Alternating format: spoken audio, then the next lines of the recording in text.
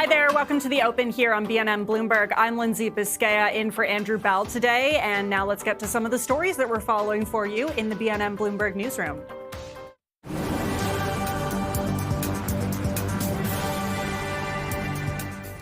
Congress has passed legislation to end U.S. President Donald Trump's tariffs on Canadian imports. The vote marks a shift for the Republican-led House as concerns around the midterms start to loom.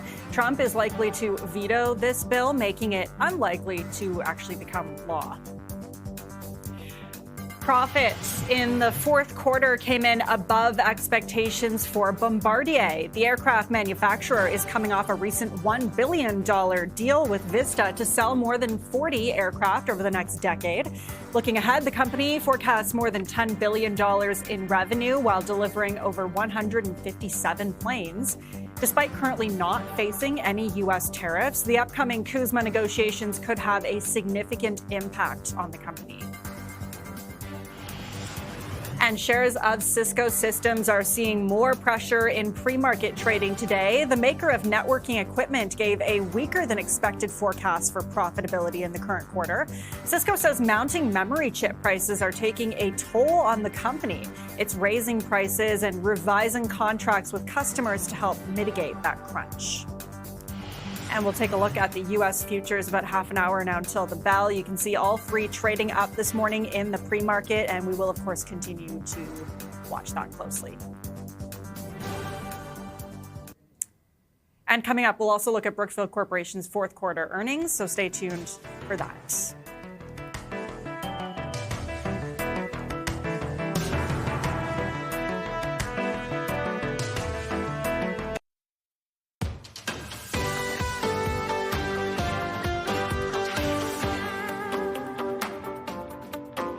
Yesterday, Shopify posted profit in its latest quarter that came in below what analysts were expecting, resulting in the stock taking a hit. So for more on the company's results and ideas for your portfolio, we spoke to Sri Iyer of Guardian Capital. Take a listen.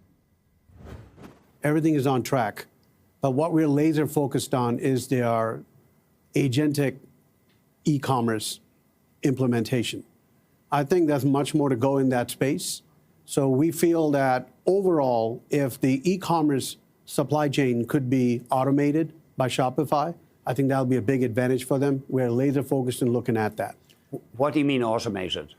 So agentic e-commerce or agentic commerce is the biggest focus right now in that part of the business. So much of the process automation, that is, rather than having a SaaS AI framework, you actually have agents or AI agents actually doing the work for consumers. So that's the next stage that we see happen. Sorry, just to make sure I have it straight. Sorry to interrupt. That means that when I'm dealing with Shopify, it's as though I have a human being helping me with my shopping. Correct. But it's an agent. It's an artificial intelligence agent. So it becomes more prescriptive than predictive. That is, it's an agent that is actually helping you shop. And it's also helping the manufacturer to sell in a more efficient way. So this evolution in artificial intelligence is a game changer for Shopify. And we're seeing that they're starting with a strong footing here, strong revenue, strong cash flow, strong buybacks. And they're using about $140 million in share rewards. So they're not what you call whitewashing. Their buybacks are very strong, but they're also rewarding their employees. So I think these are all very positive responses. The stock is priced to perfection. But if the implementation of AI is strong, I think you should see further upside. But you haven't been buying it lately because of the valuation? Correct. It's priced to perfection, and there's been a lot of volatility because you're seeing a lot of confusion in the market when it comes to how the AI adoption is going to work for a lot of companies. Shopify has got two core models, right? It has its payment model, and then it has its SaaS AI model, software as a service for users. That's always in the state of flux right now with Claude Code and everything else coming to the market. So it's going to be very interesting as to how does Shopify navigate that market space, and how does it entertain small businesses that are going to use more simplified architectures, much more cheaper to start their business. So that'll be a big, interesting area for us to watch very closely to see how does Shopify tap that market space. It's interesting that people, it seems, are willing to trust AI, maybe to too great an extent, people using them for psychotherapy, and concerns have been raised about that. I mean, this is perhaps a little less sinister. We're using it to help us shop, and we trust them. it seems, these agents.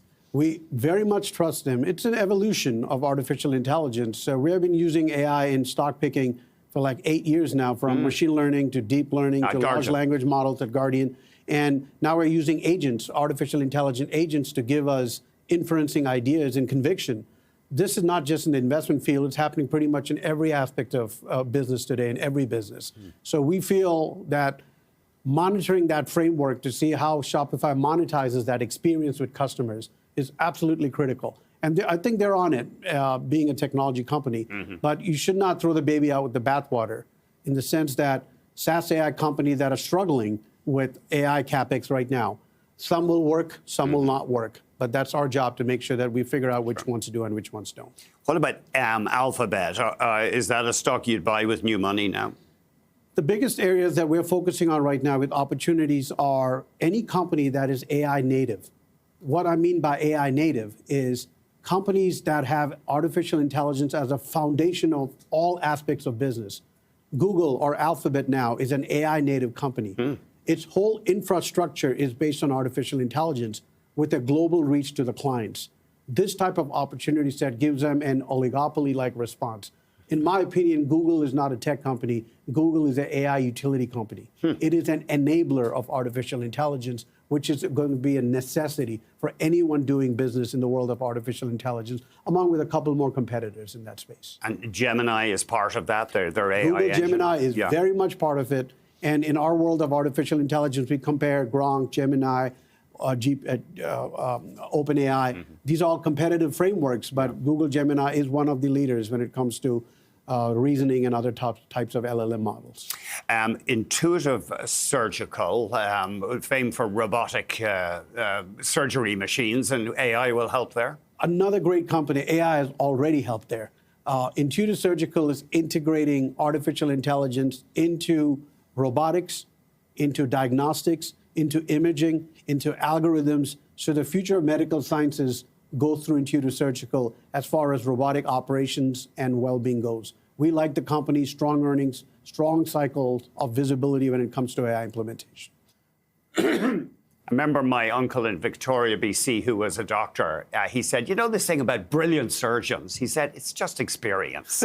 And he was being a little facetious, I think. But he said, just how long you've been doing it. But I guess AI can learn and can incorporate experience. Very much so. I mean, the implementation of AI chips into robots, where it has a lot more reasoning and precision, is extremely critical. A lot of serious operations going on right now are being done robotically. So I think the confidence level of society in general to use artificial intelligence is permeating virtually across every aspect of life. And what about Apple? The cliche here is it's been a laggard in AI. In my opinion, Apple is one of the most undiscovered AI companies in the investable universe. The definition of native AI for Apple today is edge computing. Apple is going to bring artificial intelligence everywhere, but invisible. It's not going to be flashy. Your smartphone is going to become your AI apparatus. The human connection between using AI, implementing AI, and understanding AI is going to go through the smartphone. So we are discounting the impact of the connections between Google and Apple, the recent deals they've made, and how edge computing is going to get on the phone. So on your phone AI is going to be the future, and it's going to be the best friend of any human being in the future. So we are extremely positive about Apple's migration towards edge computing versus trying to build out its own large language models or try to compete with some of the bigger players in the enabler side. So I think the market's not exactly sure how it's going to be played out, but in our opinion, Apple has one of the biggest ecosystems and distributions. All it needs to do is to plug the right AI into its phone, and you're going to see a transformative response to markets. And this is, you're talking about Apple using Google's AI technology. Apple using Google's AI technology as AI native on the phone itself, so it becomes a living, breathing assistant for you in future. Yeah, I'm pretty impressed. I can ask Siri when I'm driving, you know, open up Spotify and play me something. And I know that's just primitive compared to what you're talking about. It's going to be very primitive when they come out with the rollout with the new AI native framework. That was Sri Iyer, lead portfolio manager and head of investments at Guardian Capital. Up next, we are going to take you live to the 2026 Canadian International Auto Show. That's kicking off today in downtown Toronto, and we will get a preview. That's where Andrew Bell is today, and we'll talk to him coming up right after the break. Stay with us.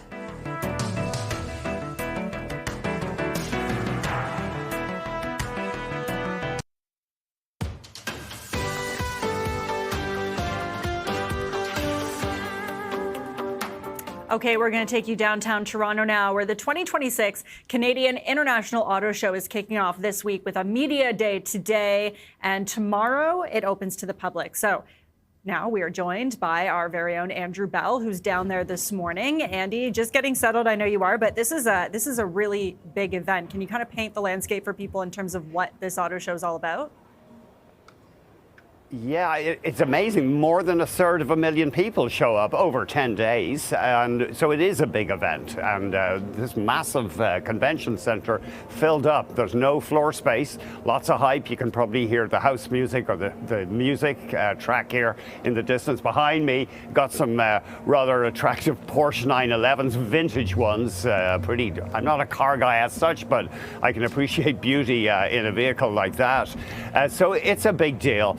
And here's an interesting thing. There has been a perception, auto shows, people aren't going to those anymore. They buy online. Actually, it's held up pretty well at north of 300,000. There was a couple of years they shut down the auto show during the pandemic. Chicago's held up pretty well. The British actually called off their huge international motor show even before the pandemic. It had lost interest. The one huge show that has seen a drop in attendance is apparently Detroit. That used to have something like 700 or 800,000 people, but it was very much an industry event as well. The industry changed its marketing focus, so that has dropped. That's gone down to as low as 200,000 or 220,000. But interestingly, even though COVID, a lot of live events, theaters, clubs, it really cut attendance, people want to come out to the auto show still. Very interesting. And not just people coming out to see the vehicles, but there's a lot of big guests there. Who are you going to be speaking with later today, Andy? Yes, we're really looking forward to it. 10:15, we're going to hear from Trevor Longley, and he heads up Stellantis Canada. And of course, we're going to talk about the face-off they're in with the government claiming that Stellantis went back on promises to create jobs, to keep production in Canada. Stellantis has been cutting back, just selling out of that battery factory. Although they do say they're going to be keeping a couple of hundred battery research people in Canada. Broadly, unfortunately, that's been the story with the big three automakers, the big three Detroit automakers, even though Stellantis is part European now. I was amazed, only about a quarter of the Canadian auto production last year was GM, Stellantis and Ford. Ford's not producing anything right now. Only a quarter. 3/4 was Toyota and Honda. So right now, the Japanese automakers are at the core of our auto industry.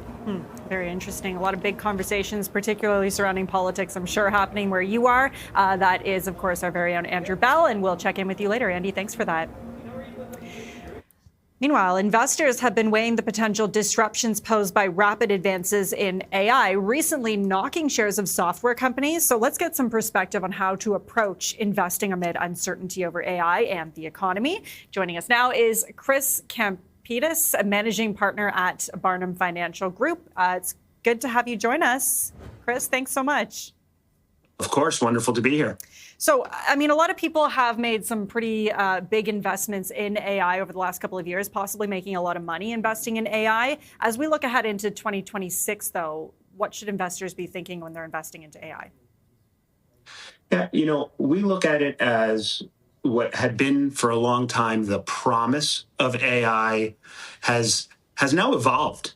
And it's about showing results and seeing the impact of artificial intelligence. And where we see the best opportunity is in businesses that are unrelated typically to technology, et cetera, but incorporating AI to increase profit margins, to reduce costs. That's what 2026 and beyond is all about from an AI and technology perspective from our vantage point. When it comes to fears over AI disruption, what are you telling investors on that front? We think the fears are largely exaggerated. I mean, it makes sense when there's a new technology on the horizon, when there's this new quote unquote perceived threat, people are always going to assume the worst case scenarios. We saw this with software stocks. We saw this with financials recently. But the reality is, truth ends up typically being somewhere in the middle. It's about how companies can incorporate artificial intelligence to improve their business and improve ultimately the customer experience.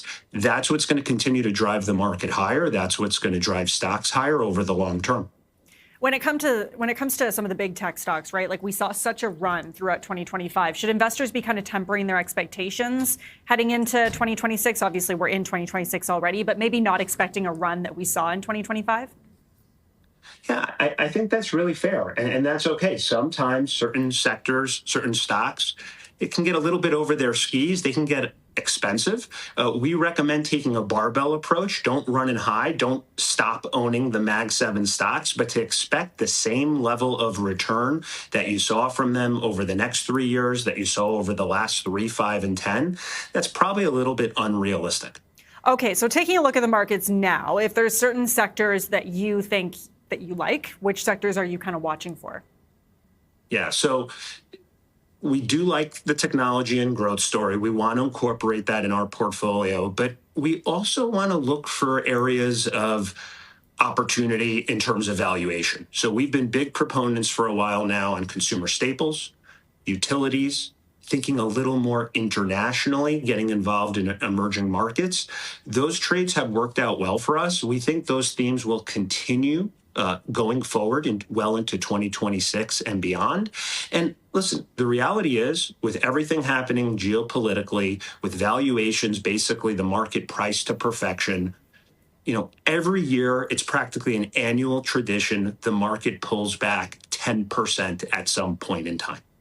And so we want to have cash on the sidelines here. If we're going to get into these expensive growth names, if we're going to be buying Mag 7, well, maybe you want to purchase that at a better price at some point in the not too distant future. We're confident, unfortunately, at some point there will be better prices to be had. Oh, you mentioned emerging markets, international markets. Is that where you think investors really should be looking in the years ahead instead of looking at U.S. markets? And if so, are there certain sectors overseas that you think are doing better? Yeah, well, when you're investing in emerging markets right now, it in essence is an extension of the AI trade. Right? You have companies like Taiwan Semiconductor, et cetera, where you're getting high growth technology, semiconductor type of exposure, but the currency story is improved. What we're seeing is the dollar is weakening. If we get 3 more rate cuts this year, there is a case that could be made that the dollar weakens up to another 10%, right? And we don't know exactly what that'll be, but when we're investing internationally and into emerging markets specifically, that tends to be a favorable trade. Okay, we will leave it there. Chris Kempitz is managing partner at Barnum Financial Group. Appreciate your time and your insight. Thanks for joining us. Thanks so much. We're going to move on now. Shares of Brookfield Corporation are trending higher in the pre-market after releasing a fourth quarter earnings beat and announcing a dividend hike of 17%. So let's get more from Chris Ballard, now managing director at Czech Capital Management. Chris is joining us here. It's good to have you. Thanks so much. Thanks for having me. Appreciate it. Just an overall look in terms of this earnings report. What in the numbers stood out to you? Well, distributable earnings continue to increase at a great pace. Depending on what you're looking at, it's basically in the high teens, which is what management continues to promise. And the fact that they're able to do this on such a grand scale in the billions and tens of billions of numbers is fabulous to us. So they basically have a great sled run ahead of them with their asset management business, their wealth solutions business, their infrastructure and renewables. Just across the board, they seem to be very consistent, clicking on all cylinders and delivering exactly how they say that they want to deliver. So there's no real downside surprises of any sort, and we expect the stock to do well, today and over time. But we are very pleased with the numbers. It looks like they beat the estimates, which is always a plus as well. And a dividend increase of 17%. What does that tell you about how the company's feeling about its own future at the moment? Yeah, they have so many levers to deploy capital. It's incredible. And we like when they're buying back stock and increasing their dividends is definitely a show and a testament to the options that they have with the cash that they have on hand. At this point in time, they have like $188 billion of deployable capital that they can put into investments. They're just in a very good position to be able to do exactly what it is that they want to do with the cash that they have on hand. So yeah, an increase in dividends, always welcome. It's not a must for us at all. We like to invest in businesses like Brookfield that can do something with the cash other than just give it to us for the sake of giving it to us. But we're pleased to receive the extra cash. There have been some changes, though, in leadership in Brookfield's Brookfield Asset Management division, part of the company. What do you think? Do you think that will affect growth at all? So congratulations to Connor Teskey for taking the CEO role. That's a really big move. He's in his late 30s. I think he's 38 years old, which is just about the age that Bruce Flatt was when he took control of the business some 20 plus years ago at this point in time. No, we're not concerned at all. Connor Teskey has basically been in control of Brookfield Asset Management now for a few years, and this is just kind of the title change, if you will, at this point in time.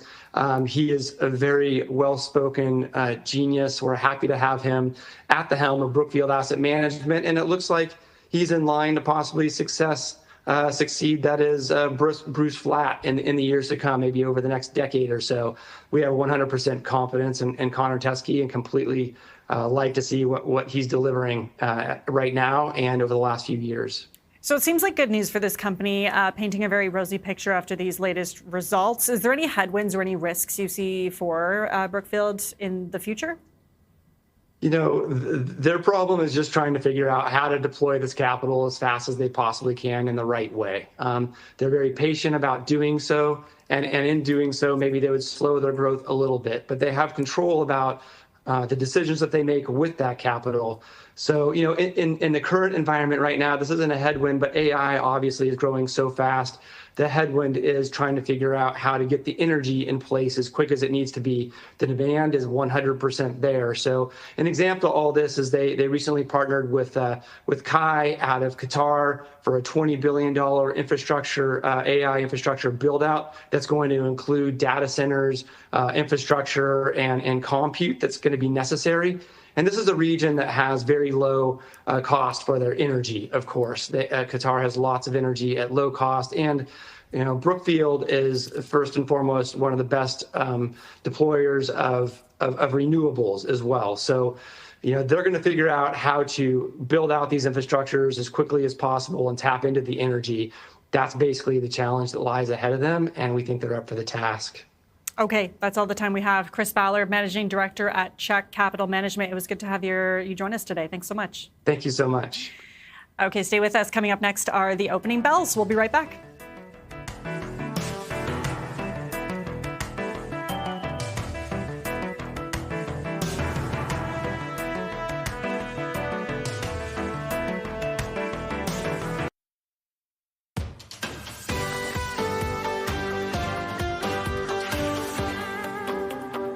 Welcome back. Here are the opening bells.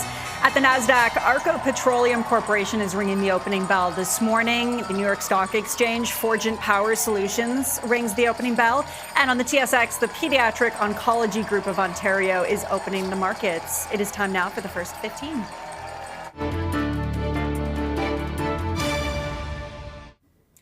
This is BNN Bloomberg. Trading day is just getting underway, so let's check in on the equity markets this morning. We'll start with the TSX. Of course, it saw a record high the other day. Now it's trading up to start the morning. U.S. markets also trading up, edging higher. We're on a busy day of earnings yet again. That seems to be pushing the markets up, and of course, we're going to keep watching for certain stocks throughout the day. If we take a look at some of the bigger ones on the TSX that we're watching to potentially move the TSX either up or down today, Manulife Financial, of course, these next couple stocks, these companies have all reported earnings after the bell yesterday. Manulife Financial included in that. Total core earnings beat estimates in their fourth quarter. If we take a look at Sun Life Financial, they are trading a little bit up this morning. a lot up, more than 3% at the moment. They also reported after the bell yesterday fourth quarter earnings, underlying EPS beats estimates there as well. So those two stocks moving on the TSX today. Over south of the border, if we take a look at some of the companies that have also reported earnings, McDonald's sales surge most in 2 years on a $5 value meal push. And you can see that stock currently up almost 3% to start the morning. And we'll keep watching to see how it does throughout the day. We'll be right back after another quick break. Stay with us.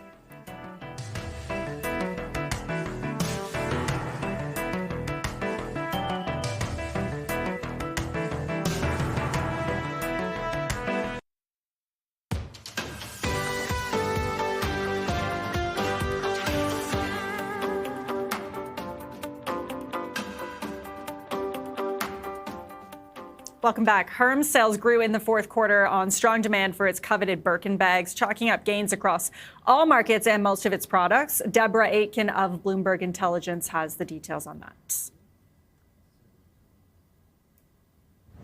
It's very much domestic driven, and it is by those individuals who generally own more than one of the product within the brand range. You know, and actually, we've seen the Birkin bag, yes, still very strong. Other brands and styles strong too. But now leather goods is 45% of sales. It used to be 55%. So also for Hermes, there's quality within homewares, ready-to-wear, jewellery and others, which are also driving this growth. So we saw growth 1Q 7%, 4Q 10%, so some momentum building. How is Hermes dealing with the global tariff environment and just this turn inwards on the part of many countries now? Can it, get the raw materials it needs, get the labour it needs and still keep those margins healthy? So very vertically integrated, that's one of its core strengths, a major core strength. It's artisans. It takes on around 250 new artisans a year. It adds one production factory per year. And what it did last year, particularly for the US, we saw high single-digit pricing. Generally, across the board, it's 5 to 6% pricing, which they'll carry through into 2026 as well. And for it, and why it stands out versus its peers, its premium valuation, is because that helps it absolutely to not only manage margin but to grow margin. So we actually saw operating margin up over 100 bips, beating consensus very nicely. Gross margin up over 100 bips, beating consensus nicely. Operating margin up as well, and carrying through what it did on the net on revenue to the EPS line, despite those tariffs, the extra surcharge on corporation tax in France. Headwinds from currency and others. So that's a very solid set of results. Canadian multinational operator of convenience stores Alimentation Couche-Tard announced its business strategy update, where the company hit reset on its long-term growth target. So let's get more on this from Martin Landry, Managing Director of Equity Research of Consumer Products and Merchandising at Stifel. It's good to have you join us today. Thanks so much. Thanks for having me. So I'm wondering what stands out to you in the latest report from Couche-Tard. I know that you highlighted an algorithm growth was introduced. Can you talk more about that? Yeah, the last 5-year plan that the company introduced in 2023 was a hard number, $10 billion of EBITDA to reach in 28. Unfortunately, the company faced, a tough economy in the U.S., consumers curbing their spending and reducing their trips. So they had to reset expectations, and instead what they did is they've introduced a simple growth algorithm to help investors model what the company's growth would look like for the next 5 years, all the way up to fiscal 30. And it's calling for an EPS growth CAGR above 10% for that period. So I think it's fair. It was well received, and it's simple to understand. There was also some deeper discussion on same-store sales growth drivers, and that included nicotine. Can you talk about how big of a revenue source nicotine is for a company like Couche-Tard? Yeah, it must be. It is counterintuitive that nicotine could be a revenue growth driver these days, but there are some shifts in consumption patterns in the U.S. Consumers are shifting to those nicotine pouches that you put under your lips, and it is a very popular product. It has a higher price point, margins that are twice as high as cigarettes. So it is a growth category, tobacco overall, and not only cigarettes, but tobacco and white nicotine, and is a growing category for Couche-Tard and for the convenience store channel, and that led the company to guide for a 2 to 3% growth in merchandise sales over the next 4 years for the company. Not sure that's a good thing, but I guess that's a good thing for the company itself. When you're talking about new stores that are going to be added, there's some pretty ambitious plans to add a lot of new stores over the next 5 years. Yeah, that's also something different versus the last 5-year plan. There was a lot of focus on organic growth, and one of the pillars of the company's organic growth is to build new stores. They aim to add 750 new stores over the next 5 years. That's the equivalent of growing the network by 5%. It's pretty large, and these stores have a higher profitability. They generate 3 times more EBITDA than an average store. So it has an impact on the top line, but also a pretty sizable impact on the bottom line. Okay, so new stores coming. There's also discussion on new distribution centers as well. What can you tell us about that? Yeah, so Couche-Tard is supplying its stores directly in 3 regions right now: Texas, Arizona, and Quebec. And they are adding a couple more regions in the Midwest. They are building 3 new distribution centers to supply 1,600 new stores. And what that allows the company is more flexibility, right? They can supply their stores at the right time of the day. They can source the products from the CPGs at probably better prices than some of their distributors at this point, and it's going to be margin accretive. So that is another driver of margin growth for the company. There was also talk about the loyalty program. I didn't realize it was so big. The loyalty program's apparently reached 12 million members. What are some of the discussions and the goals around expanding even that further? Yeah. Couche-Tard has made a ton of progress in the last 18 months on its digital journey and with its loyalty program. As you said, 12 million members that are active, that get promotions as they show up at the pump. They get promotions to go in store. And it is a big uplift in terms of revenues for the company. It also helps to target promotions. Don't have to have the entire store on sale, but exactly what the customer is looking for. So it's margin accretive as well. So that is data and the digital journey has been taking a lot of room during the discussions yesterday at the business update strategy. What about the prospect of mergers and acquisitions in the future? Obviously, Couche-Tard was trying to take over the owner of the 7-Eleven stores. That didn't work out. Is there anything else that they're looking towards, or maybe no mergers and acquisitions for right now? Yeah, well, as you know, the success of the company over the last 25 years has been through M&A. They've consolidated the convenience store industry in the U.S. and in Europe. It is still a fragmented industry. Couche-Tard's got 7% market share right now, so still extremely fragmented. So a lot of consolidation opportunities. One of the issues that the company is facing is that valuations have gone up, right? We see it in the public equities. Valuations are rich, and that's translated into expectations on the private side as well. So, they say that the deal pipeline is extremely healthy and full right now, but they will remain very disciplined on pricing. Okay, so that's maybe one headwind. Is there any other headwinds that you're kind of watching out for this company moving forward?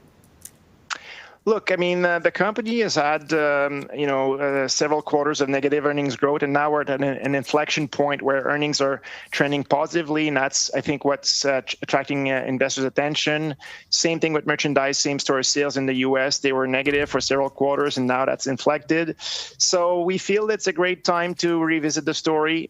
We feel like the company's got momentum. They talked about that momentum continuing into Q3. So it's why the shares have been performing well over the last 2 weeks.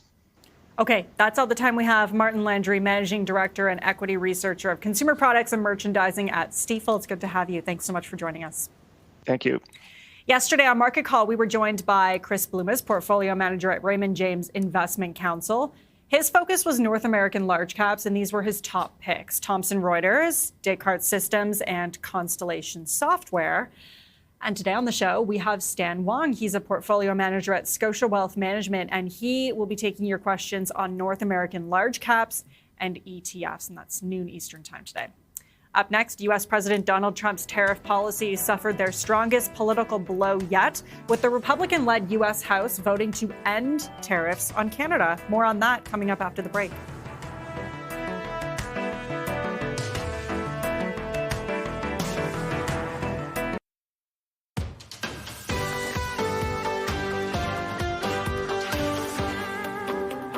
A vote in the U.S. House of Representatives is signaling a growing anxiety over the White House's economic agenda and tariffs placed on its number one trading partner. So for more on that, we're joined by CTV's Jeremy Charron, who is following the latest on this. Jeremy, good to see you. What can you tell us? Yeah, Lindsay, look, this is a significant decision by the House of Representatives in its symbolism, not necessarily in what it will change in terms of Donald Trump's tariff policies, but it does represent a growing pushback against U.S. President Donald Trump's trade policies, specifically when it comes to tariffs. What we've seen is 6 Republicans in the House join Democrats in voting to oppose Donald Trump's so-called fentanyl emergency, which he has used to justify these tariffs on Canada, passing this bill that is calling for these tariffs on Canada to be rolled back. Specifically, we're talking here about the IEEPA tariffs. Those are the International Economic Emergency Powers Act tariffs. Most in Canada would know these as the fentanyl-related tariffs, 35% tariffs on non-CUSMA compliant goods, 10% tariffs on emergency resources. These were imposed early on in the trade war by U.S. President Donald Trump, and again, using the justification of a fentanyl emergency. What we've seen here is 6 Republicans publicly vote to oppose U.S. President Donald Trump's policies. Now, the vote in the House of Representatives did not get a 2/3 majority support, or did not get that kind of support, which means it will not get a veto-proof label. That means the vote would now go to the Senate. It would have to pass through the Senate before it would then go to the president for official sign-off, or more likely in this case, a veto. So is it likely to result in the tariffs being rolled back? Absolutely not. But there is important symbolism here in that we're seeing growing pushback against President Donald Trump's policies here. These are the same tariffs that are currently in front of the U.S. Supreme Court, as that court is looking to determine whether or not their imposition was legal or not. So this is a sign that there is more public pushback, Lindsay, to U.S. President Donald Trump's policies, specifically his tariffs that have been imposed on what has long been a close trading ally in Canada. Yeah, it's pretty phenomenal, as you say, to see Republicans actually pushing back against some of these tariffs. Now, Jeremy, just before we let you go, like you said, this is probably not going to have significant changes for Canada. Is there anything that could happen in these CUSMA negotiations that are coming up because of what's happening today? Anything we're watching for? Yeah, I think, you know what, like any kind of public opposition like this works in Canada's favor in negotiations. You know, they can point to the fact that there is growing opposition within President Donald Trump's own party when it comes to the way business has been conducted and the way trade has been conducted so far with Canada. The other thing that will be significant is the U.S. Supreme Court decision. You know, you have growing pushback from within his own party, but then through the judicial system, if the U.S. Supreme Court votes to shoot down these tariffs, the president has vowed that they'll find different legal means to impose them anyway. But all of it mounts. Points to mounting pressure that he is facing to change course. And so I think any kind of external pressure that is being applied on U.S. President Donald Trump, or even internal pressure on U.S. President Donald Trump that is not coming from Canadian officials, will help them in negotiations. So again, I think, the impact here is probably more indirect than it is direct, but it certainly is a good signal for Canadian negotiators going into CUSMA talks. Yeah, no doubt about that. Still a really interesting development. Okay, that is CTV's Jeremy Charron joining us live. Jeremy, thanks for that. Coming up, Birchcliff Energy posts lower profit, higher revenue for the fourth quarter, and the CEO is set to join the company's board of directors. We'll hear more from CEO Chris Carlson next.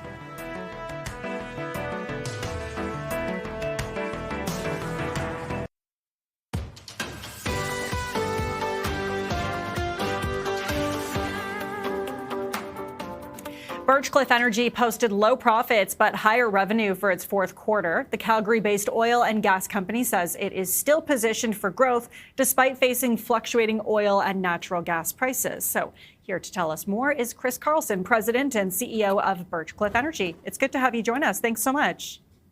Hey, thanks for having us, Lindsay. Are you happy with the fourth quarter results? Yeah, you betcha. I'd say from Birchcliff's point of view, we had an excellent fourth quarter. And actually full year 2025. So if you look at the production on the full year, we averaged over 80,000 barrels a day for the year in 2025, which is a record for Birchcliff. So a milestone there. And then production in the fourth quarter was really strong as well, sitting at 83,000 BOEs a day. So production's really strong, and that's really on the back of efficient execution throughout the year and also driving our costs lower. So our business and our people have been really focused on those two initiatives, looking for efficiencies throughout the business to drive our capital costs down as well as our operating costs. So you saw both fall in the year of 2025. We were able to drop our per well costs by just over 10% year over year, as well as our operating costs are down to a record low $2.88, which is down 10% as well from 2024. So overall, really happy with the performance. In addition to that, I would just add we had really strong cash flow for 2025 and in the fourth quarter, which allowed us to pay down debt. We paid down almost 14% of our debt position from where we were at the end of 2024 versus today. So company's in a really strong position as we move towards 2026. Yeah, there's some really strong numbers in this latest report, but I did want to ask about the lower profits that were reported too. What happened there? What are you attributing that to?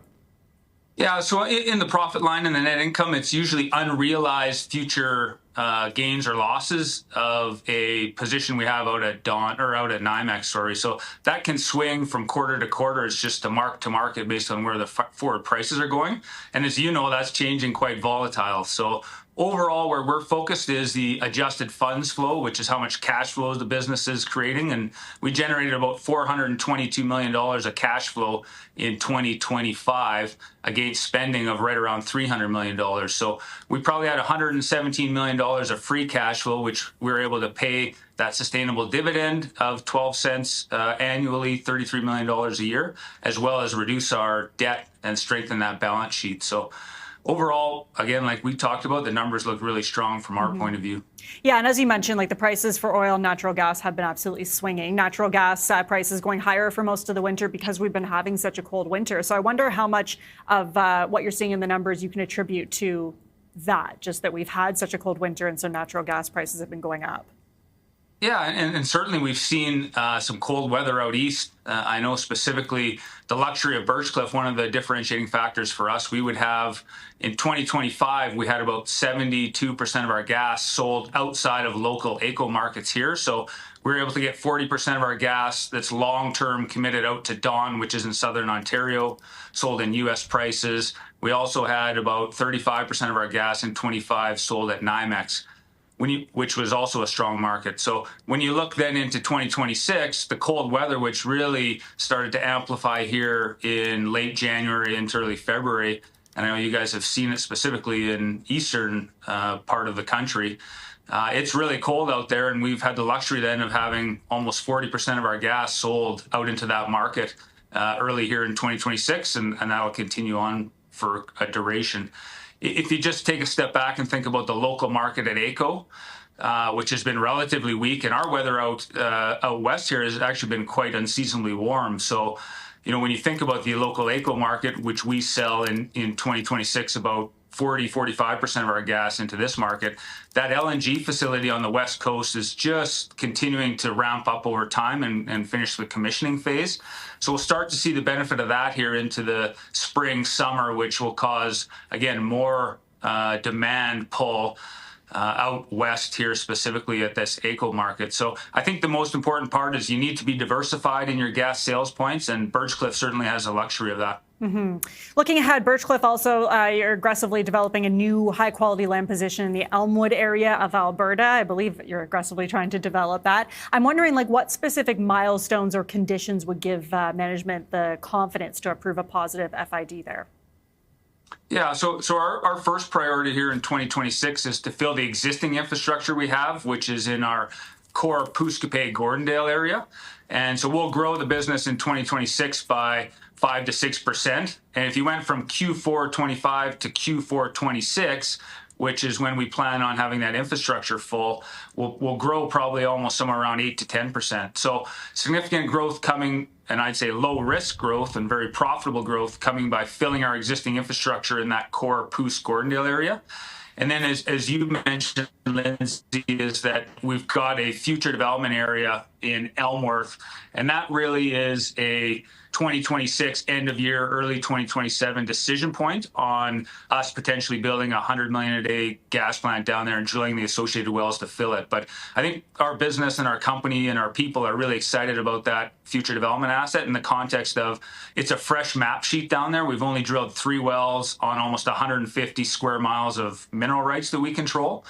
So the reality there is we can take all the learnings from our Pouce-Coupé-Gordondale asset and all of our strong team members that we have in Calgary and up in the field and really exploit it down there and create value for our shareholders. Okay, we will leave it there. That's Chris Carlson, President and CEO of Birchcliff Energy. Appreciate your time today. Thanks for joining us. Thanks for having us.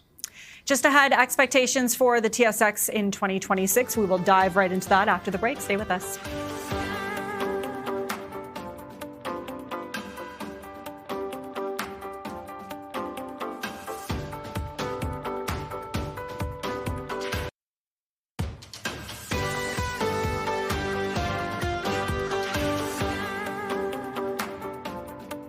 Hi there. Welcome to the second hour of The Open. I'm Lindsay Biscaya, filling in for Andrew Bell today. Let's take a look at some of the stories we're following for you in the BNN Bloomberg newsroom.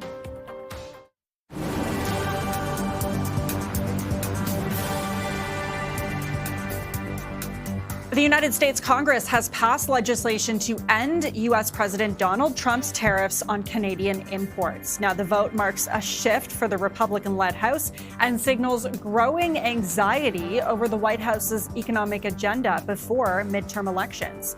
Trump is likely to veto this bill, though, making it unlikely to actually become law. Shares of Mullen Group are trading lower to start the day after the Canadian trucking and logistics company posted a drop in profit and missed estimates. Mullen says it's operating in a soft economy with overall demand remaining below previous levels. One bright spot, though, is the company beat on revenue driven by acquisitions. And shares of Restaurant Brands International are in the red. The fast food operator reported revenue in its latest quarter that beat estimates, but investors seem to be focusing on the company logging lower profit compared to the same period the year before. Analysts are also noting underperformance in same-store sales for Popeyes and Tim Hortons.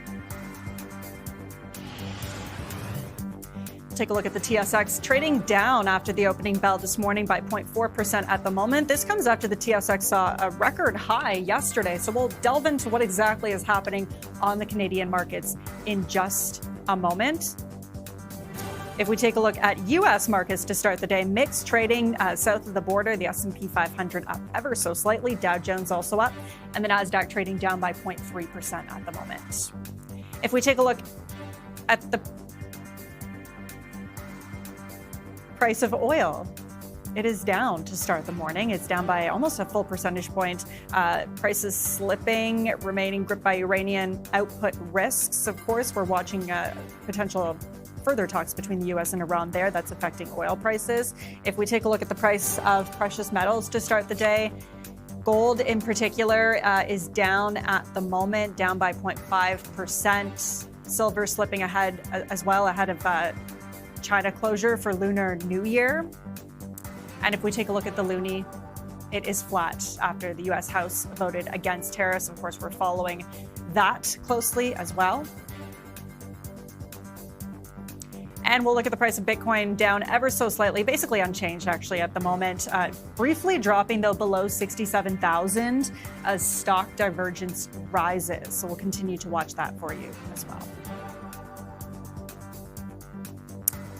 And we're going to take a quick break right now, but we will be back here on The Open right after this, so stay with us.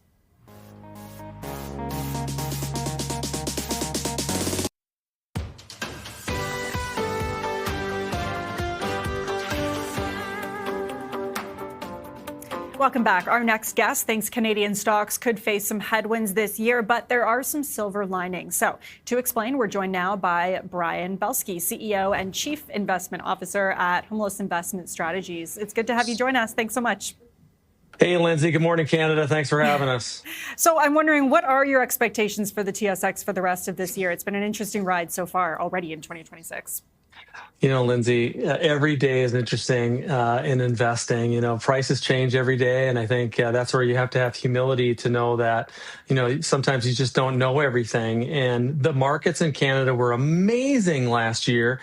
We were bullish for a long time, Canada, relative to the U.S. We think this year is going to be a little bit tougher, especially given the fact of the broadening out of the rally, which favors a more diversified index like the United States. However, it doesn't mean that Canada's going to be negative. We still think that there's a lot of fundamental prowess with respect to the cyclical areas of Canada, including the industrials, the consumer discretionary space. We think a great contrarian play is going to be the communication services sector in Canada. We think the banks are going to be more mixed, and you really want to be in one or two banks, not all the banks. So again, it doesn't mean that Canada's going to be negative; just means that it's going to be less positive than last year, and the diversified nature of the U.S. market just kind of favors it. Okay, so banks potentially more mixed. In terms of other Canadian stocks that could face some headwinds, which ones do you think those would be? Well, I mean, you know, how to make friends and influence people. I mean, gold's had a heck of a run. We're not telling people to sell gold. We're telling people to lighten up on their positions. We, in our research at our prior shop, became very bullish on gold in mid-year of 2022. People thought we were kind of crazy at the time. And then gold became a momentum play, as you know, especially following Liberation Day and people talking about the U.S. dollar going away and talking more and more about central banks around the world accumulating gold. You know, once our analysis shows, this is analysis, it's not sentiment. It's not opinion. This is analysis. Anytime that the average performance on a standard deviation basis goes 4 times above the average, you typically and historically have poor performance the 12 months following on gold. And I think investors in Canada have been too overweight gold, and it's time to buy some banks, buy some great consumer companies like Aritzia and Couche-Tard and Dollarama in Canada that have done amazing, that we still think have a long ways to go on the upside. Because if that analysis of gold, as you were saying, plays out, like that's probably not great news for the TSX, right? It seems so heavily weighted in the material stocks. Well, here's the great news. Here's the great news, Lindsay. Financials are over 30% of the index, and financials aren't going away. I mean, you have I believe, and I've said this for 15 years or so, that Canadian banks are the most excellent stewards of capital in the world. They do an amazing job in terms of buybacks, building and growing dividends. The issue that we have with Canadian banks right now is that they did amazing last year. And they did amazing last year because they over-reserved in 2024. So therefore, in 2025, they had excess cash, which they threw off in terms of earnings and dividends and buybacks.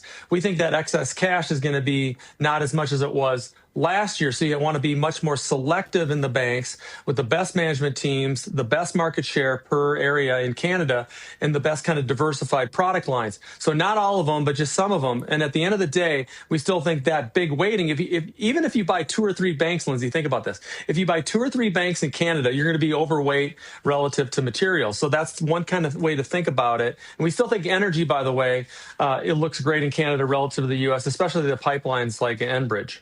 Okay, that's good to know, energy banks. If we're talking markets as a whole in North America, do you think, you mentioned this off the top, so you do think there's a broadening out of the markets in general? We do. We think 10 years from now, Lindsay, that you're going to be kicking yourself if you didn't own enough small cap stocks.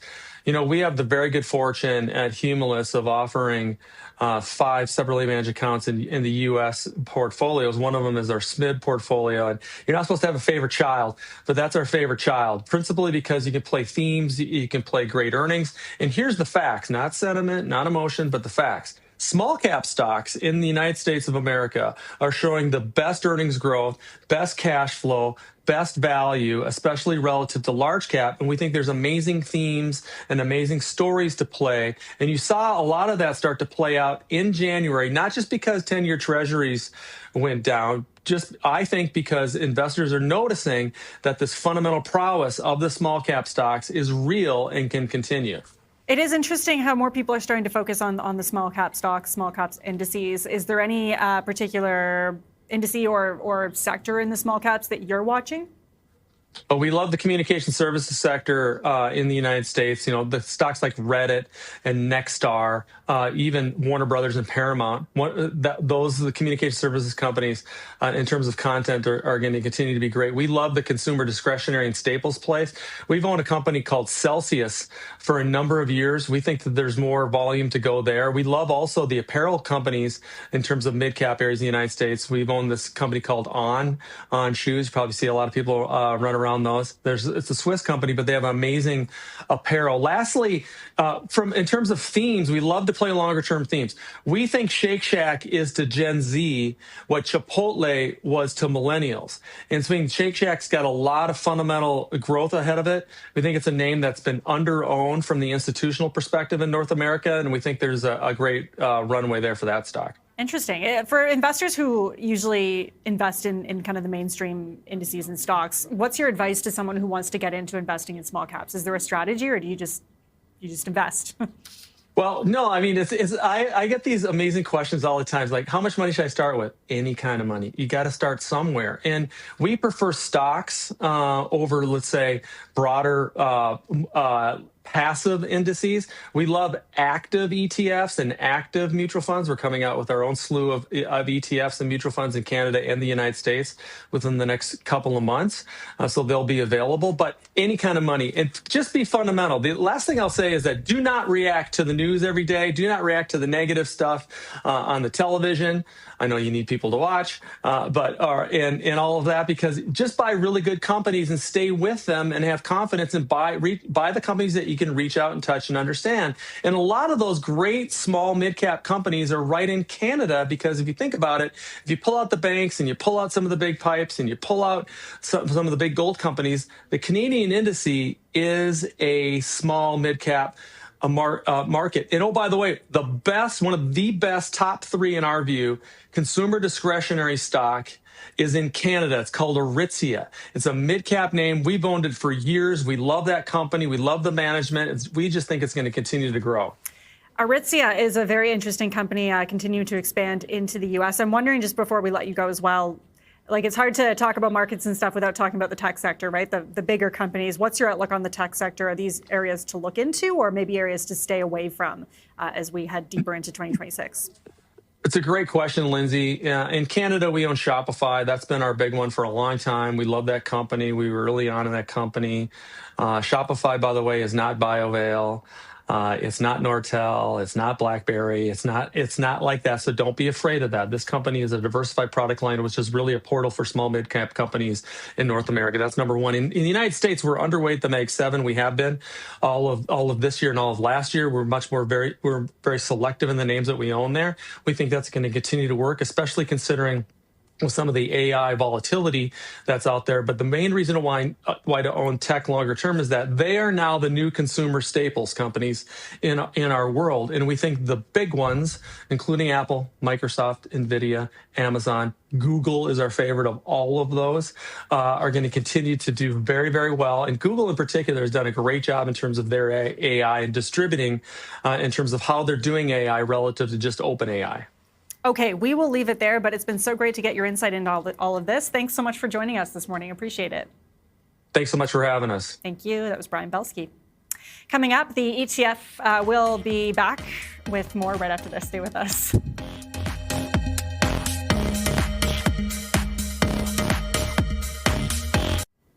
The Canadian automotive industry has been hit hard by U.S. tariffs over the past year, putting pressure on Ontario manufacturing. Stellantis has been among one of the companies rolling back production, with its Brampton plant sitting idle as production for the Jeep Compass SUV shifted south of the border. Joining us now is Andrew Bell, who's standing by down at the auto show today with Trevor Longley, president and CEO of Stellantis Canada. Andy. That's right. We've got the man himself here, Trevor Logley, president of Stellantis Canada. Thanks for giving us the time, Trevor. Thank you for having me. Now, you just came over from Nissan Canada. You headed up their operations in October, and you went into a firestorm. I mean, there was indignation, there was frustration when Stellantis said, we're moving production of that Jeep from Brampton, Ontario to Illinois. So there was a lot of headlines, there was a lot coming at you as you started the job.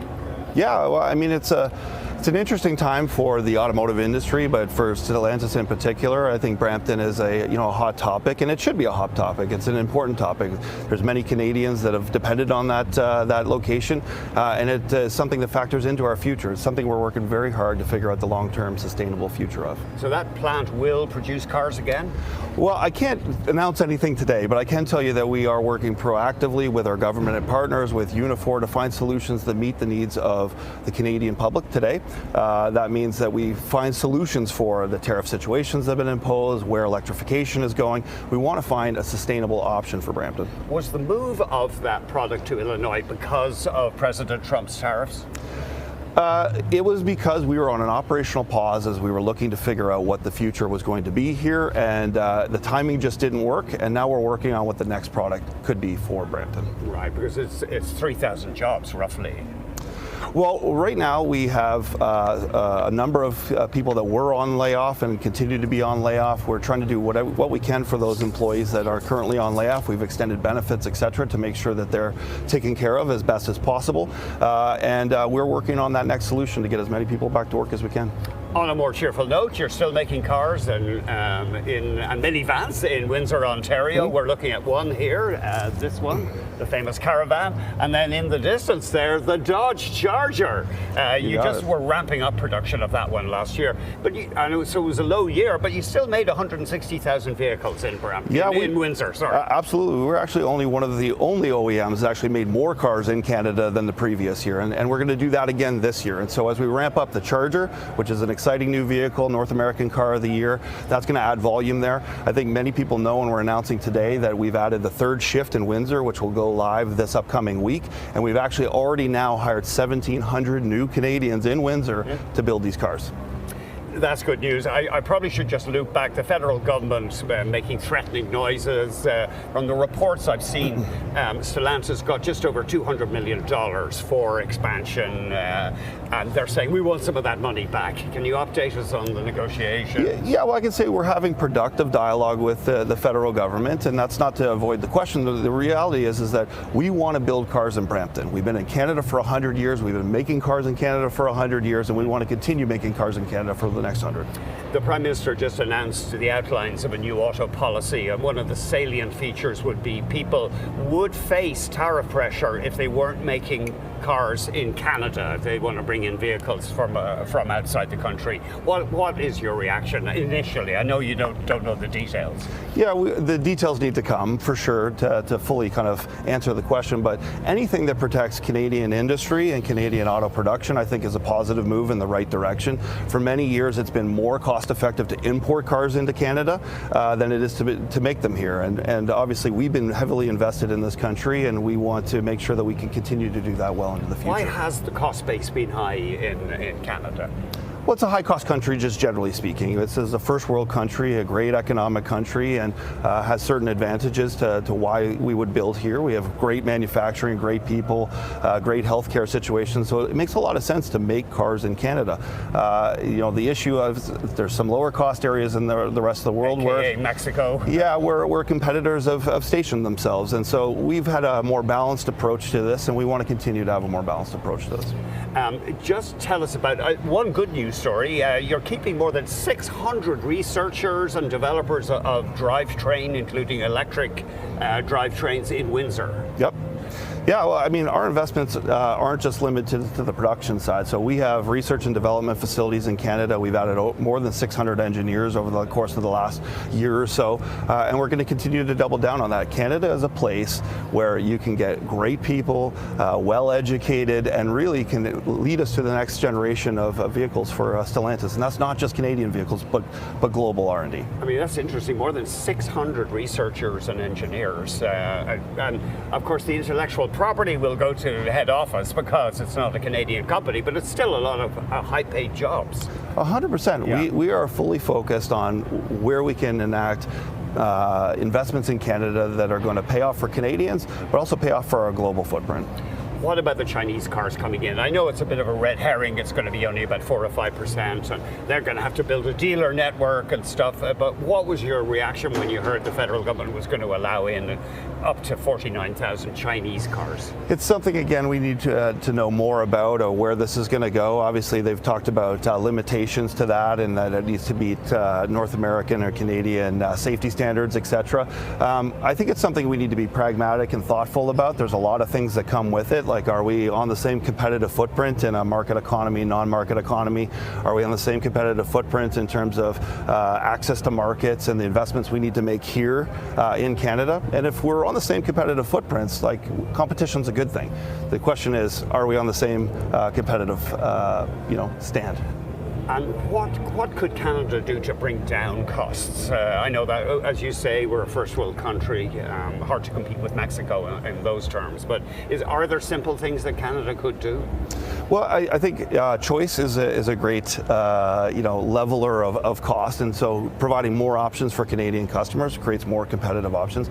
And that doesn't mean needing to go to China. As an example, electrification is a big part of our investments in Europe. There's vehicles and brands that we have there as a constellation of brands, over 14 brands within the Stellantis portfolio, that could meet the needs of Canadians. And how do you grease the wheels for that to happen? That is accepting UNECE standards. Yes. And allowing that to come over, and without having to do a whole bunch of redevelopment and add cost. Yeah. And so can we bring more competitive products, especially that meet the EV needs of Canadians? Yeah, but I meant the cost as a manufacturing base. Is there anything that springs to mind to bring that? Well, it's volume and synergies, and right, and so you need the volume to get the cost down overall.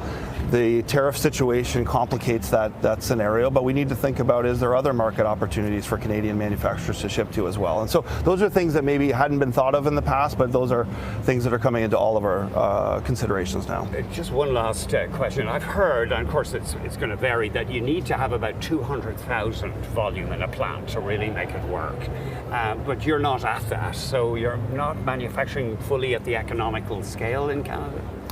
Yeah, well, the more you're utilizing the plant, the better the costs. There's no questions about it. And so this is where, when we think of Brampton as an example, the more that vehicle that we eventually put there meets the needs of Canadians and meets the needs of export markets for us here and gets to the volume standards there, we can bring costs down. And so that's why it's so important to pick the right vehicle with the right cost structures so that we can get going there. Trevor, thank you very much. Thank you so much. That's Trevor Longley, President of Stellantis Canada. Back to you. Okay, Andy, thanks for that. That, of course, is Andrew Bell down at the Canadian International Auto Show, speaking with Trevor Longley, President and CEO of Stellantis Canada.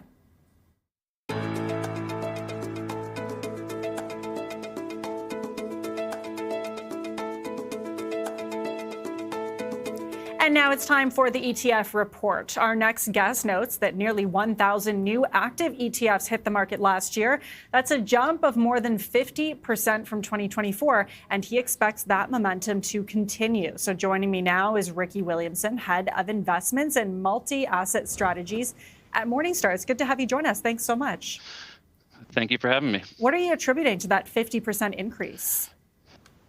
Yeah, I mean, I think part of it's just sort of the decline in mutual funds, right? I mean, I think people have seen a push for lower costs, active management, especially on the equity side, not always delivering.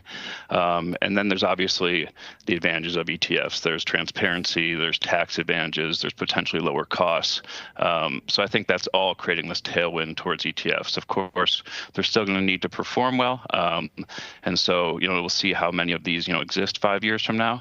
But certainly, there's strong momentum in the continuation of this trend moving forward. Yeah, you just mentioned some of the benefits of an ETF. Like, I was going to ask you, what's driving the popularity of ETFs for investors? Yeah, I mean, I think it's a lot of that. I mean, I think part of it has been, on the passive side, it's just, an inability of a lot of active managers to outperform their benchmark. And so people are seeing the benefit of just going passive in addition to the active trend. But again, I think the tax advantages, the transparency into it, generally the lower expense ratios have all created kind of this momentum towards people moving towards ETFs. For someone who's maybe new to trading in ETFs, what should they know? What do you think is best to know? Yeah, I mean, I think there's a lot of things. I think it's just like you would do due diligence on an active mutual fund. You need to do similar due diligence on an ETF.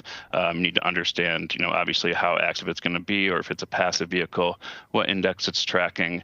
Certainly, it's liquidity, so you want to look at things like its bid-ask spread, the cost to create and redeem. There's a lot of kind of trading dynamics that you need to understand when trading ETFs that aren't necessarily relevant to mutual funds. When we're talking about private market ETFs, can you explain the difference there and what your thoughts are on private market ETFs? Yeah, certainly. I think the convergence of public and private markets has been a key theme in asset management and wealth advisory really for the last couple of years. And certainly it's a big theme at Morningstar across all of our business lines. And we're certainly excited about that trend. But education is certainly critical as there's risks that perhaps kind of the typical retail investor especially has not had to deal with historically. So last year, State Street and Apollo joined up, for example, to create a couple of ETFs that combine both public and private credit markets. And I think that's great. The democratization of private markets is certainly going to be beneficial over the long run. But education is certainly critical. The potential concerns around these vehicles, of course, are the liquidity. We've not really experienced a large credit event in quite a long time, and questions remain about whether or not investors will really be able to liquidate their positions in periods of distress. So again, similar to what I said before, it's really critical to do the due diligence on these types of products. No kidding. Now, we mentioned new covered call ETFs were launched in 2025. Are those gaining any traction? Yeah, certainly. I think derivative income ETFs, JP Morgan has sort of been the leader in the space for quite a while with their equity income products, JEPI in particular. But certainly there have been more launched by other competitors over the years, and those have certainly added a lot of assets recently. Of course, people still need to understand the complexities on those as well. And kind of what the benefits are versus kind of what you might give up on the upside. But certainly people are continuing to look for income, and those are products that serve that purpose well. When it comes to ETFs, I'm sure it can be so overwhelming to try to pick one, right? There's so many different baskets. You've got a couple of picks. We'll start with your first one. That's Vanguard Core Bond ETF. Tell us why you like that one. Yeah, sure. It's an active core bond ETF that's benchmarked against the U.S. aggregate, $5 billion in assets, but only 10 basis points. So for an active ETF, it's extremely attractively priced. For us as sort of multi-asset investors who like to have a good control of our asset allocation exposures, sometimes when you take on an active ETF, you're kind of outsourcing some of that decision making or giving up control of kind of the holistic portfolio. But this Vanguard strategy is really not trying to make big macro or big duration calls, and really doing what they want to do and what we want them to do, which is really making money in various ways through security selections, through moderate sector rotation, and not really trying to hit home runs, really going for those singles and doubles. And that fits pretty well with kind of a multi-asset holistic portfolio.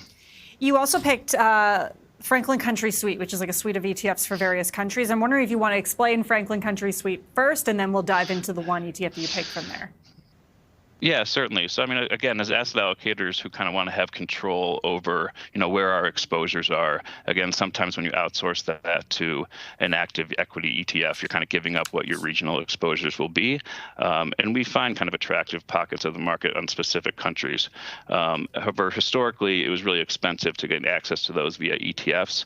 And so Franklin rolled out this lineup where you can get access to a lot of different developed and emerging markets for as cheap as 9 basis points from an expense ratio perspective. And so it really gives you a lot of ability to control what your equity exposures are going to be without doing it in a high cost way.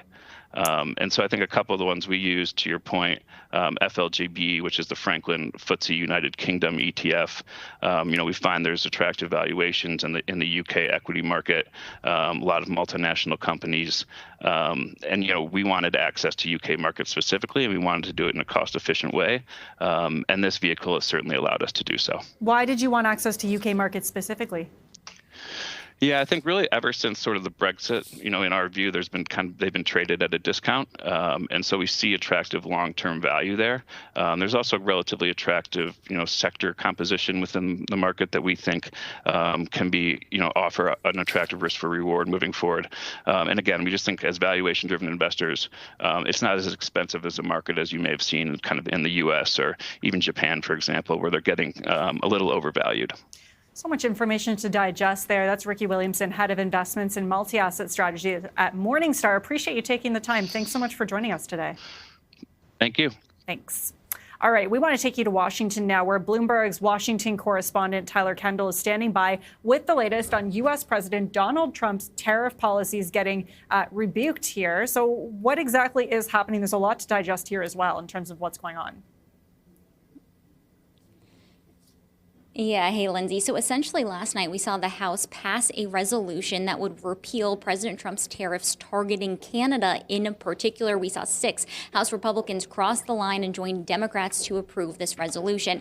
This does not mean that the tariffs are ultimately going to be repealed. Essentially what happens next is that the measure heads up to the Senate, where I actually am right now, and will very likely, actually, according to our assessment, will pass. But then the measure would land on President Trump's desk, where he would very likely veto it. It takes 2/3 of votes in both chambers of the U.S. Congress to overturn a presidential veto. So we're not actually expecting this to go into law, but it does mark the starkest political pushback that we have seen so far from this Congress when it comes to President Trump's tariff policies. And that's partly because going into the critical midterm elections here in the U.S. in November, Republicans are really playing defense when it comes to the economy. With that said, also, just for the broader context here, is that the vast majority of Republicans did vote in favor, did vote with President Trump. We only ultimately saw 6 cross-party lines. But when you talk to those 6, they're giving a variety of reasons why they ultimately sided against the president here.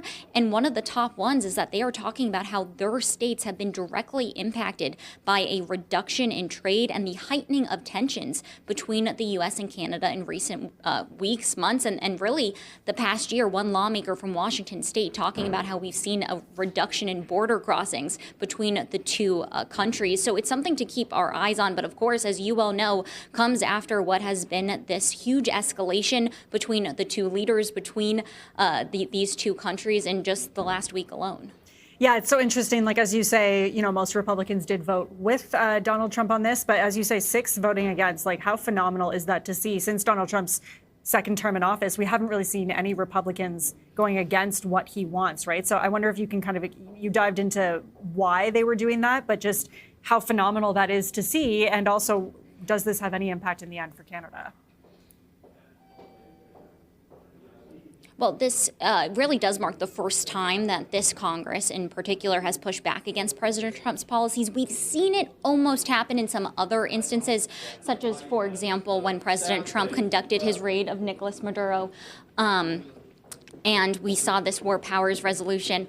I'm going to have to toss it back to you really quickly, because we're just up here for one lawmaker in particular. Okay. But I hope to join again. No problem. Bloomberg's Washington correspondent Tyler Kendall joining us live there with the latest. We'll catch up with her when we can. Up next, we'll have your latest headlines, and we'll update you on the markets right after this. Stay with us.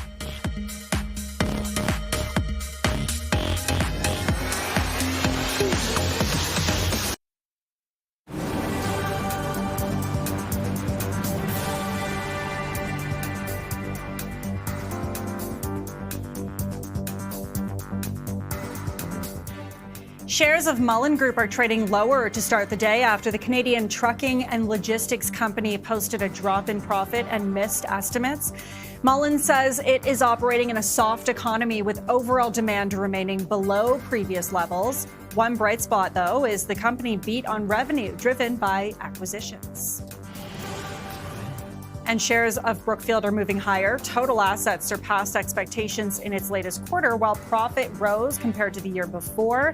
The money manager says results were driven by record earnings from its asset management unit, as well as growth in its wealth solutions business. Brookfield's operating segments also generated higher cash flows. And shares of TELUS are seeing some pressure today. The telecom giant says longtime CEO Darren Entwistle will retire in June. and has named former CIBC chief Victor Dodig to take over as CEO. TELUS also reported fourth quarter profit and revenue that came in below what analysts were expecting. There was also a steep drop in mobile phone additions, with that metric missing estimates.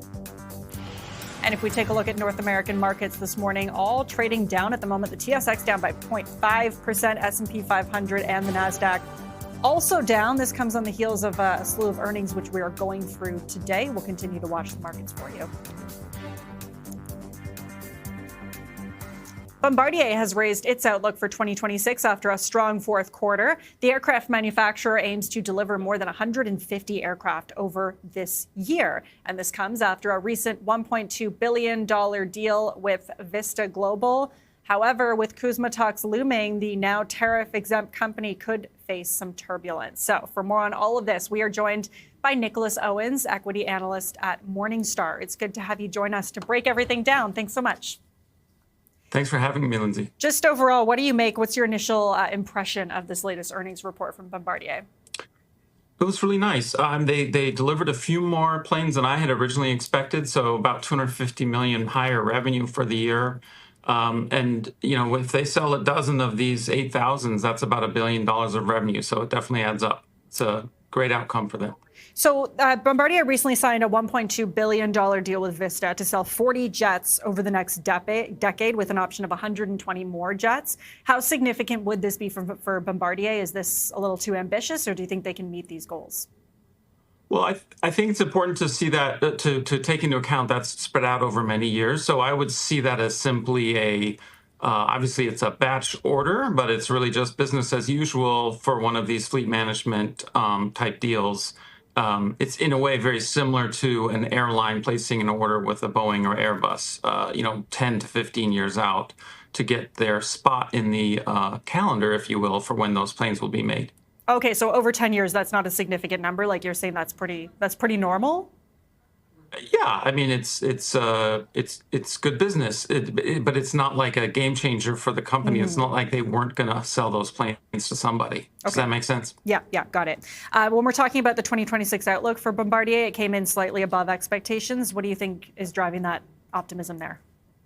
Well, I think they have a little bit of momentum on some successful product launches. And I think what's significant is these newer planes, which right now they have the fastest, farthest range business jet on the market that lists at $78 million a piece.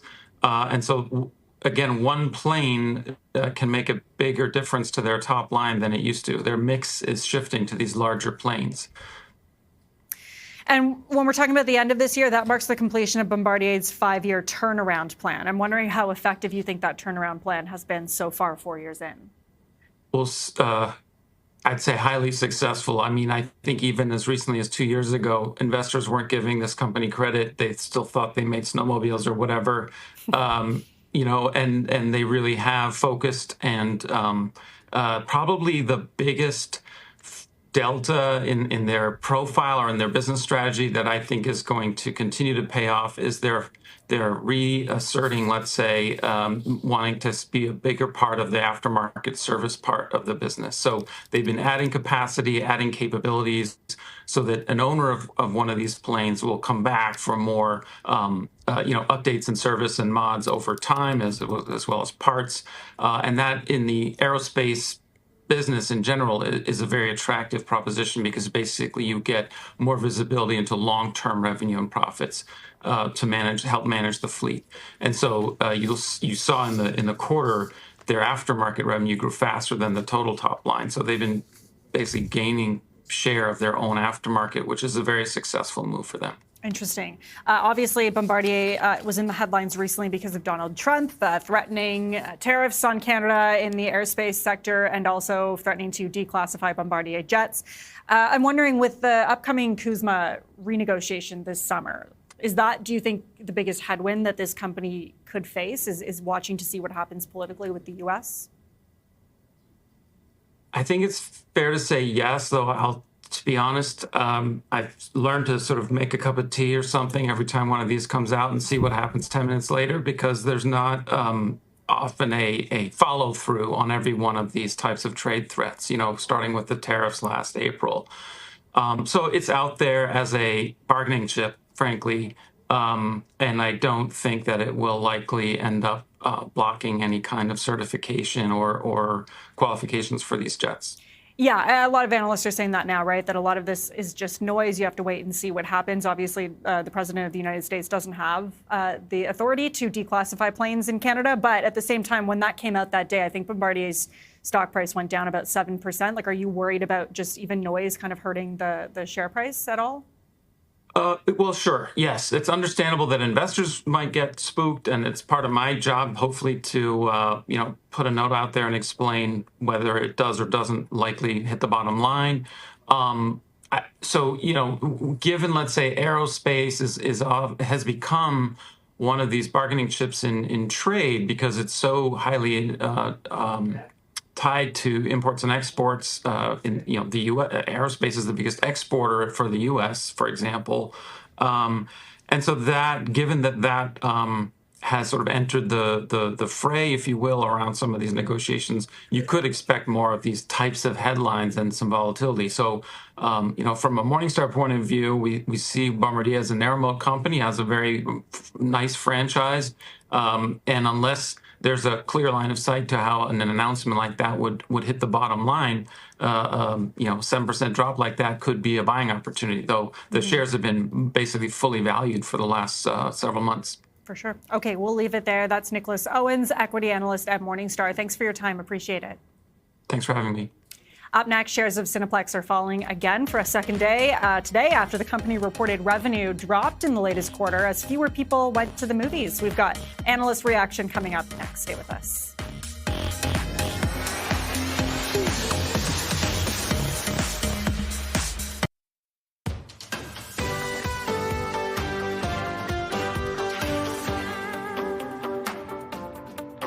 Shares in Cineplex are down for a second day after the company reported fourth quarter earnings fell yesterday as fewer moviegoers went to the theater.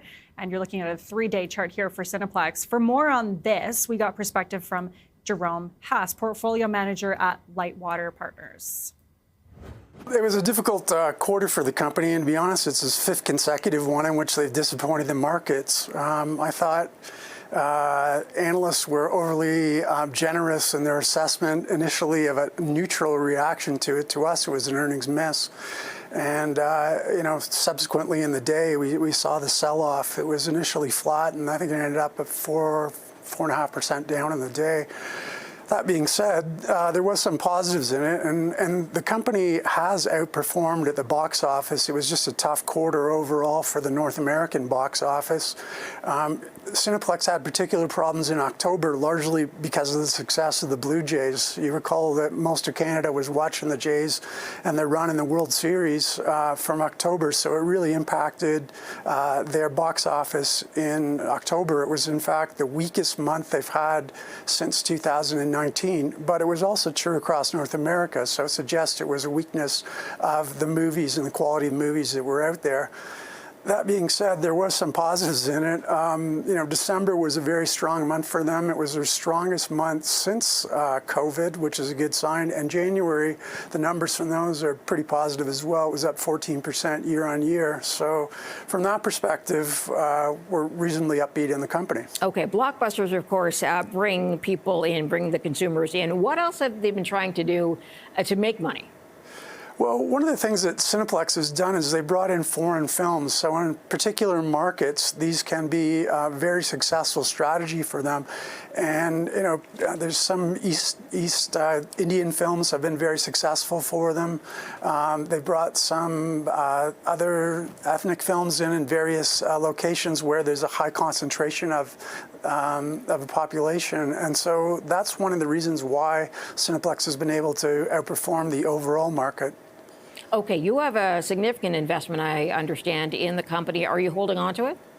Yeah, we were long-suffering shareholders in it. We came into it the depths of COVID thinking this would be a great COVID recovery play. And to be honest, it's been a tough 6 years holding the stock. It is one of our top 3 positions. But one of the things that I think is a real catalyst for the stock this year is the long-serving CEO, Ellis Jacob, announced some months ago that he'll be retiring at the end of this year. And as a consequence, we think he's incentivized to try and get a deal for the company before he leaves. Because in his pay package or his contract, he would essentially be rewarded with $12 million if he could negotiate a sale of the company prior to his departure. So the fact that the company has about a 73% market share in Canada suggests the Competition Bureau is going to look at it. So working backwards from the end of December, let's say the Competition Bureau takes 6 months, we think a deal has to be announced before the end of June. So when you look at a 5-month window between now and then, we think risk return is pretty good in the stock. Okay, who would be interested? Where would you see interest coming from? Well, the obvious buyer is Cinemark in the States. They're a large listed player. They're similar in structure, I guess, to Cineplex, except they do have a lot of exposure to Latin America. So they're probably the number 1 buyer. The number 2 buyer would probably be the banks that own Cineworld. So if you recall, in 2019, Cineworld made an offer for Cineplex at $34 a share, and it was essentially forced into bankruptcy by Cineplex when Cineworld reneged on the deal. And so the banks have owned Cineworld since then. So there's a possibility of a reverse takeover of Cineplex by Cineworld effectively, and the banks that own that. And then, another consideration is the Canadian pension funds keep talking about investing in Canada. This is a cash cow business if run properly, and it makes a lot of sense for us for this asset to be owned by Canadian pension plans. So it's also something to consider. That was Jerome Haas, portfolio manager at Lightwater Partners. Coming up, we'll do one last check on the markets and tell you some of the big names that are reporting after the bell today. Stay with us. That's next.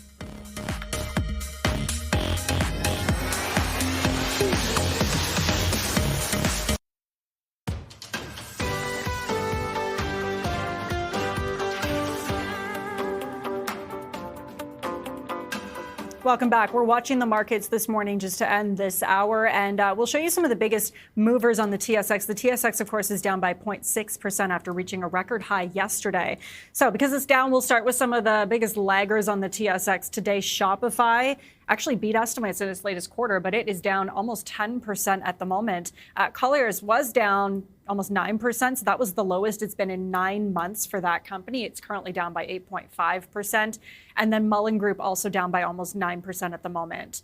Taking a look at some of the stocks that are actually moving the TSX up this morning, one of the biggest gainers is Sun Life, hitting an all-time high after fourth quarter earnings are showing that the business is improving. Brookfield is up almost 3%, and Eldorado is up almost 4% at the moment. And if we take a look at the U.S. markets, you can see they're mixed trading today to start the day. Not too much movement on the Dow Jones. S&P 500 is down, and the Nasdaq Composite down by about 0.9%. If we look at the price of gold for today, we've seen gold rallying again over the last couple of days, but right now it's down ever so slightly, almost not changed at the moment. Oil, if we take a look at the price there, some issues over in Iran, potential further talks between the U.S. and Iran is changing the price there. Oil down by 1.6% at the moment.